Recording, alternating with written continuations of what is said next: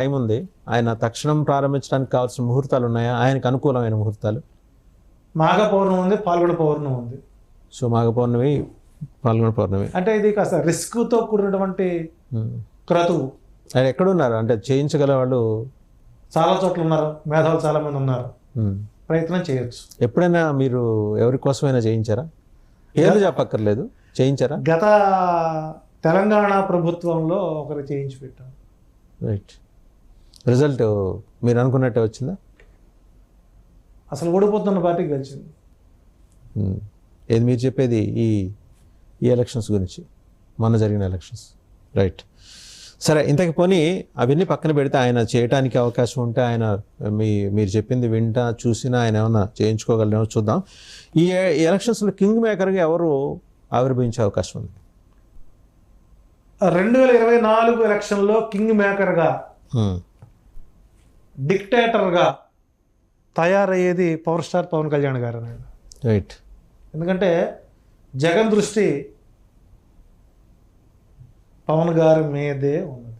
Okay, వాళ్ళే అంటే సమవుజ్జీలు వాళ్ళిద్దరే ఇప్పుడు 100%. రైట్.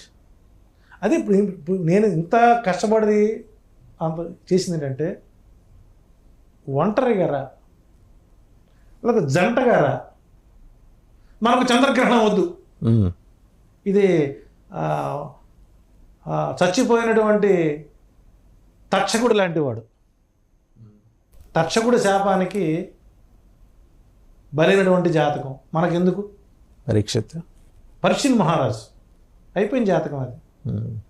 కాబట్టి జంటగారా, నీకు ఆర్థికంగా సామాజికంగా బలంగా ఉండేటువంటి కొన్ని గ్రహస్థితులు ఉన్నాయి కదా. నీకు పైన ద్రోణాచార్యుడు ఉన్నాడు, నువ్వు ఏకలవ్యుడివి.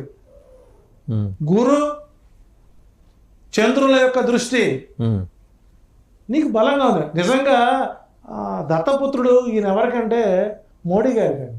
ఎంత అసలు అతనితో మాట్లాడుతున్నప్పుడు మన అయోధ్యలో చూసాం, అసలు ఎంత యాంగ్జైటీ, రాముడు సొంత ఫీలింగ్ వచ్చింది ఆయనకి.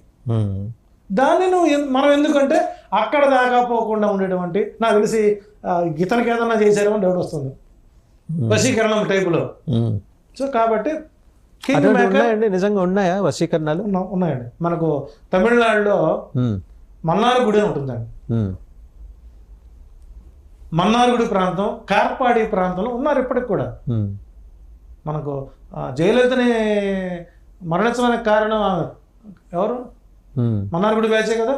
ఓకే. సో కాబట్టి మొట్టమొదటి ఈయన కూర్చొని ప్రశాంతంగా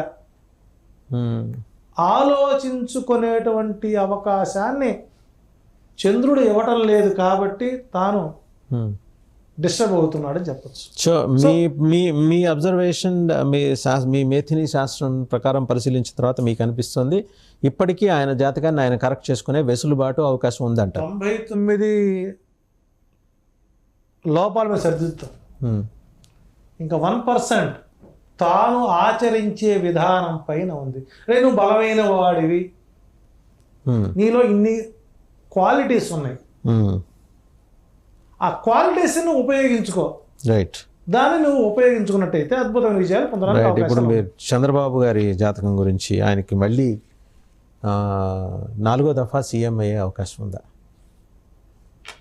ఇక్కడ చంద్రబాబు సీఎం అవటం అనేటువంటిది అది ఒక $1 మిలియన్ ప్రశ్న.